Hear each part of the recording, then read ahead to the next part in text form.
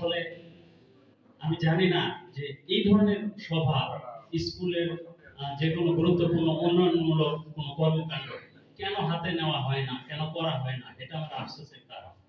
আমরা যখন পড়াশোনা করেছি আমরা অনেক দুষ্টামি করতাম সাধারণ স্বাভাবিকভাবে, কিন্তু স্যারেরা পরে আমাদেরকে শাসনের আওতায় নিয়ে আসতেন এবং অসাধারণভাবে কিছু কথা বলতেন যেগুলো আমাদের প্রাণে বেঁধে আছে এখনো, যে কথাগুলো আসলে সামনে চলার পথে পাথেয় হয়েছে। আমি একটা উদাহরণ দিচ্ছি। আমরা এক সময় ওই মাটির ঘর ছিল তখন, আমি 92 এর ছাত্র। তো তখন আমরা ইমানে মুফাসসাল পড়া ছিল আমাদের, ধর্মীয় পড়া। তখন এটা আমাদের মুখস্থ ছিল, অনেকে কারো কারো ছিল না, কিন্তু যাদের ছিল না উল্টো দিক থেকে তাদেরকে আসলে বেত্রাঘাত করা হচ্ছিল। আমরা ভয়ে সবাই মিলে কি করেছি, জানালাতে পলায়ন করেছি। পলায়ন করার ফলে শিক্ষকগণ আমাদের বই পুস্তকগুলো নিয়ে, যারা আমরা পলায়ন করেছে তাদেরকে বই পুস্তক নিয়ে লাইব্রেরিতে নিয়ে এসেছেন, অর্থাৎ অফিস ঘরে। পরে আমার ছোট বাবু ডাক্তার, উনি মারা গেছেন। তো ওনার সঙ্গে এই স্কুলের স্যারদের বেশ ভালোই মিল ছিল। আমার ছোট আব্বাকে অভিযোগ করার পরে উনি কি করেছেন, আমাদেরকে নিয়ে স্কুলে এসেছেন যে কোন শিক্ষকের এমন ক্ষমতা যে তোদের গায়ে হাত তোলে। এই বীরের মতো আমরা তার পাশে চলে এসেছি। আসলে ওই অফিস ঘরে নিয়ে আমাদেরকে বলেছে যে কোন শিক্ষক মারছে। দেখলাম যে সেই স্যার নাই আসলে। তো পরে বলেছে যে আমরা বলছি যে জোর ব্যাট দিয়ে মারতে লাগছিল।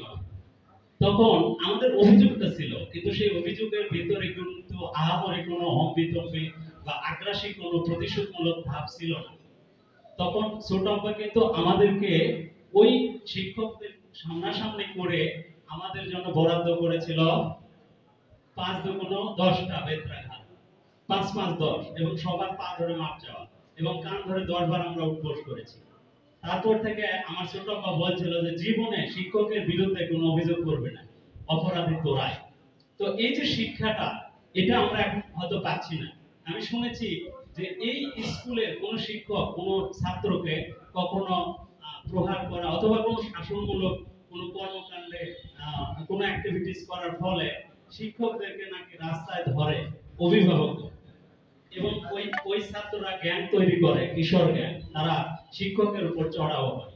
এইগুলা শিক্ষক তো যারা আছে তারা তো তাদের প্রতি সদয় হবে না কি হবে আমি জানি না, এবং এই সমস্ত ছাত্ররা কারা আমি জানি না। আমার সামনে উপস্থিত রয়েছে, আমি খুব ভাগ্যবান যে আজকে আফসারউদ্দিন স্যার আমার এখানে রয়েছেন। তার প্রতি সম্মান রেখে আমি বলছি যে তারা আমাদেরকে যে সমস্ত বিষয় শিক্ষা দিয়েছেন, স্যার বলেছিলেন সেই ক্লাস 7 এর কথা আমার মনে আছে। একবার এমনিতেই হালকা করে আমাকে একটা পিঠে চাপড় মেরে বলেছিলেন যে পড়িস না, তো পড়াশোনা করতে হবে, বাইরের কিছু পড়তে হবে, শুধু পাঠ্যপুস্তক না, বাইরের কিছু বিষয় নিজের ভিতরে ধারণ করতে হবে, তাহলে মানুষ হতে পারবে। তো সরি, আমি অনেক কথা বলে ফেলছি।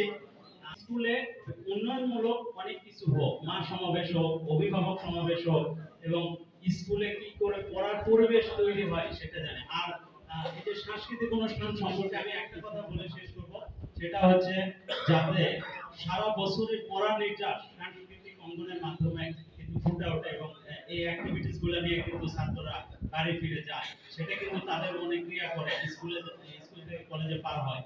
তো সুতরাং এই সাংস্কৃতিক অনুষ্ঠানগুলো যাতে পরিশীলিত হয়, এবং এই আমি যেটাকে বলবো হাইলি ক্রিয়েটিভ অ্যাপ্রোচ, সেই দিকে যাতে আমরা যেতে পারি। আমার বক্তব্যের ভুল ত্রুটির জন্য সবার কাছে